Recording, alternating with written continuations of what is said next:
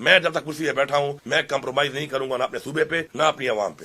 Chief minister ہیں, security ملتی ہے, گاڑیاں ملتے ہیں, سیکٹریز ملتے ہیں, آج ہم نے ختم کر دی. عوام کے پیسوں پر پلنا جو ہے میرے خیال میں یہ بڑی عجیب بات ہے. کسی کو بہت شوق ہے گارڈ رکھنے کا تو اپنے پیسوں سے رکھے. تو یہ عوام ہمیں پالنے کے لیے نہیں بیٹھی یہاں پر. عوام غربت کی لکیر سے نیچے جا رہی ہے. ہمیں غریب ملک ہے لیکن یہ بادشاہت کا نظام ہے اور جس طریقے سے ایک بادشاہت کا نظام ہم نہیں چاہتے. ہمارے لیڈر عمران خان کا بھی یہی ویژن ہے.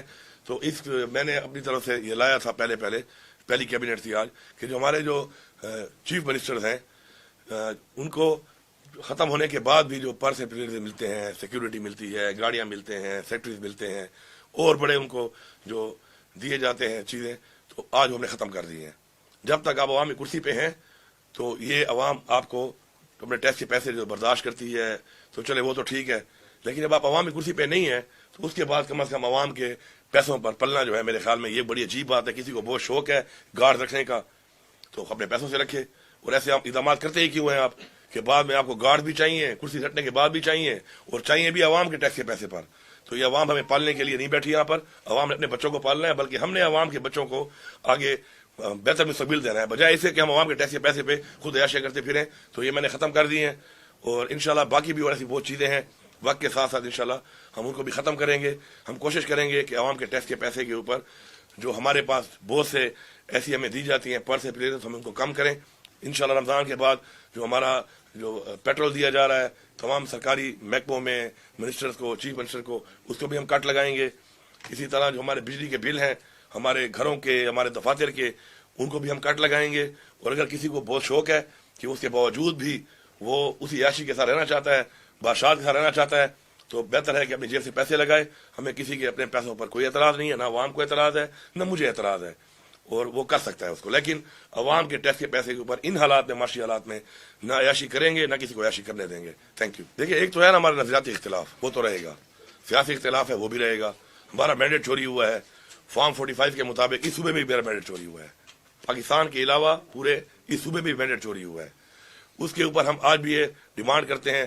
ہمارا اتوار کے دن جو ہے اس کے اوپر ہمارا پیسفل پروٹیسٹ بھی ہے کہ ہم ڈیمانڈ کرتے ہیں کہ اس کے اوپر ایک انڈیپینڈنٹ جوڈیشل کمیشن بنایا جائے. اور ہمارا مینڈیٹ, یہ مینڈیٹ ہمارا نہیں عوام کا ہے, یہ عوام کا مینڈیٹ ہے. عوام کا مینڈیٹ چوری کر کے ایسے لوگوں کو مسلط نہ کیا جائے جن کی وجہ سے پہلے پاکستان کا یہ حال ہوا ہے. آپ نے دیکھا عمران خان کو جب ہٹایا گیا اس کے بعد کے ملک کے حالات آپ دیکھیں. ڈالر کا کیا ریٹ تھا, پیٹرول ڈیزل کا کیا ریٹ تھا, کھانے پینے کی اشیاء کا کیا ریٹ تھا, بجلی کا یونٹ کتنے کا تھا, روزگار کتنا تھا, انڈسٹری کتنی چل رہی تھی, کاروبار کی کیا نوعیت تھی اس پورے ملک کے اندر. اس کے علاوہ آپ کے ایکسپورٹ کی کیا پوزیشن تھی. اور ان کے جانے کے بعد سے اب تک کا حال دیکھ لیں. پاکستان کی میرے خیال میں تاریخ کی بدترین گورننس انہوں نے کی ہے اور بدترین اس وقت مہنگائی ہمارے پہ مسلط کی گئی ہے. اب دوبارہ ان نئے لوگوں کو پھر مینڈیٹ چوری کر کے بٹھایا گیا ہے. اگر عوام ان کو لاتی ہمیں کوئی اعتراض نہیں تھا. اور ہم کیا کہہ رہے ہیں, ہم کہتے ہیں فری اینڈ فیئر اب کمیشن بنائیں اور یہ ہمارے فارم 45 پہ رزلٹ ہے اس کے مطابق ہمیں اپنا حق دیا جائے, عوام کو حق دیا جائے. دوسری جو آپ نے بات کی, اب جیسے بھی ہے اب وہ بیٹھ گئے ہیں. ہم اپنا مینڈیٹ چوری ہوا ہے اس کی آواز قانونی طور پہ اٹھاتے رہیں گے, حق مانگتے رہیں گے. ساتھ ساتھ اب جو بیٹھ گئے ہیں تو جو آپ کہہ رہے ہیں کہ اس کے لیے جو ہمارا ورکنگ ریلیشن ہے ظاہری بات ہے ہمیں رکھنا ہے. ہم چلیں گے, ہمارے جو حقوق ہیں, ہماری جو چیزیں ہیں صوبے کی, ان کے حوالے سے ہم بات بھی کریں گے, ہم بیٹھیں گے بھی صحیح.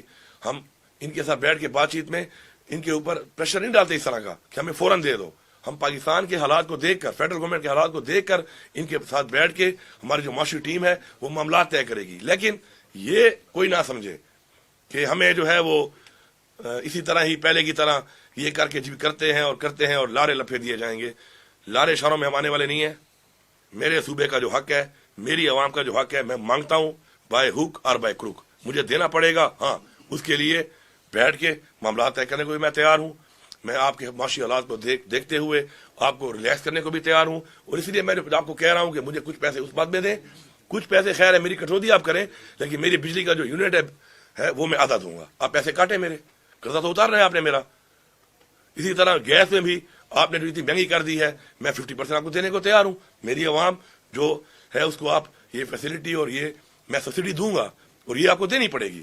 تو میں ہر طرح کے معاملات کے لیے عاجزی کے ساتھ, خاکساری کے ساتھ آگے چلنے کے لیے ریلیکس ماحول میں ان کو ہر طرح کی آفر دینے کو تیار ہوں. لیکن اگر ان سب باتوں کے بعد کوئی یہ سمجھتا ہے کہ کوئی ڈنڈے کے زور پہ یا پہلے جس طریقے سے انہوں نے حرکات کی ہیں